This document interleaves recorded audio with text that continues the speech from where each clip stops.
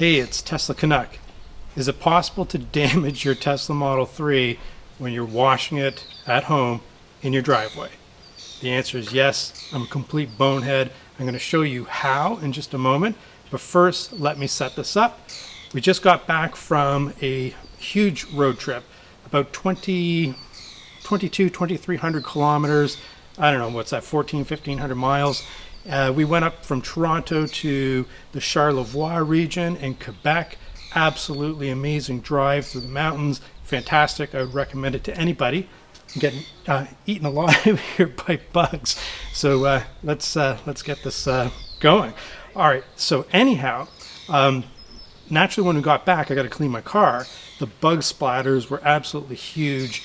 And anyhow, that's how the mishap happened. So let me show you what happened. And I'll also talk a little bit after this about some of the stats of the trip, because I know I'll get some questions about that. And there's always some interest about the stats on a trip. So let me show you what happened. So this piece right here is a piece that covers your side camera. And it's decorative, I think, for the most part.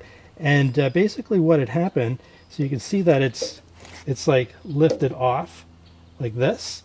Basically, as I said, because we were up in the mountains and we had so many bugs, the car was just absolutely coated in bugs. I was using my trusty bug piece of the wash mitt, or whatever you want to call this thing, and you can see it has this mesh here, and this mesh helps you to remove the bugs.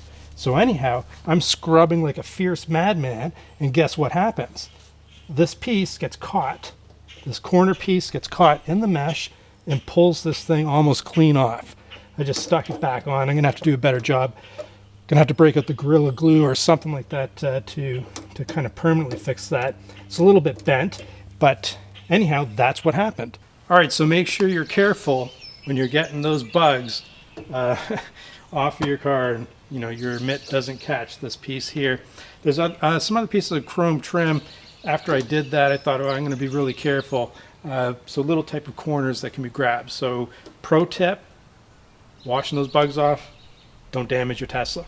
Okay, so the stats on the trip, you can bail now if you're not interested in this, but here's how it was. All right, so 2,300 some odd kilometers, 1,500 miles, whatever that is. I'll check the math when I produce the video.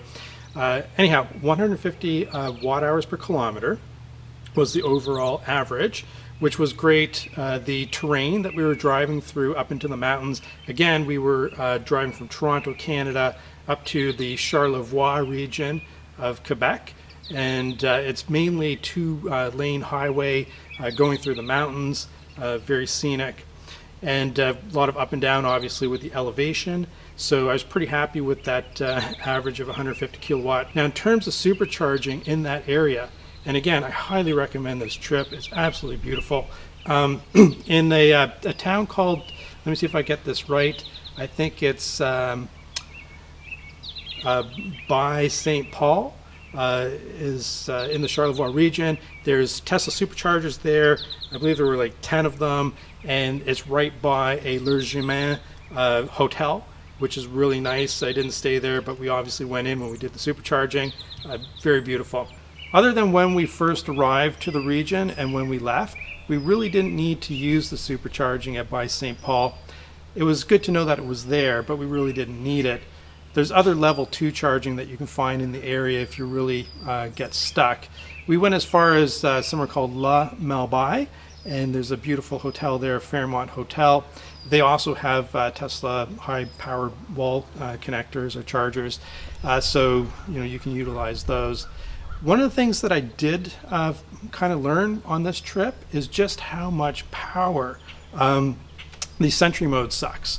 It just sucks the electrons. So if you are up in that area or any other area where maybe there's a scarcity of electric charging, then just keep in mind, in my experience, the Sentry mode was taking between 5 to 6% per night.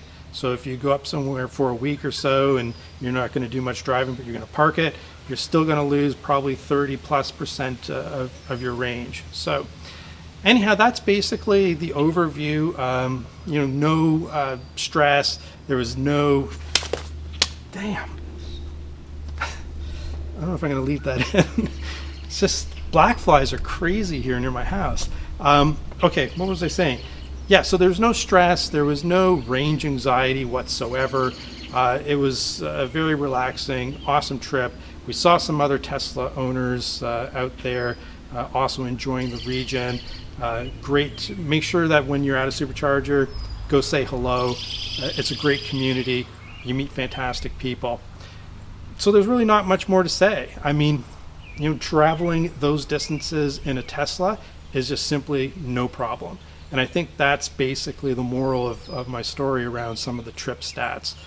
So that's it. Oh, by the way, I didn't pay for supercharging because I had some referral codes that people had used, and I had some free supercharging. So thank you very much, those of you that used my free supercharging code. If I had to pay, it was about, I would say about $140 Canadian I would have spent on that trip supercharging, perhaps a little bit more. That's it. Tesla Canuck, over and out.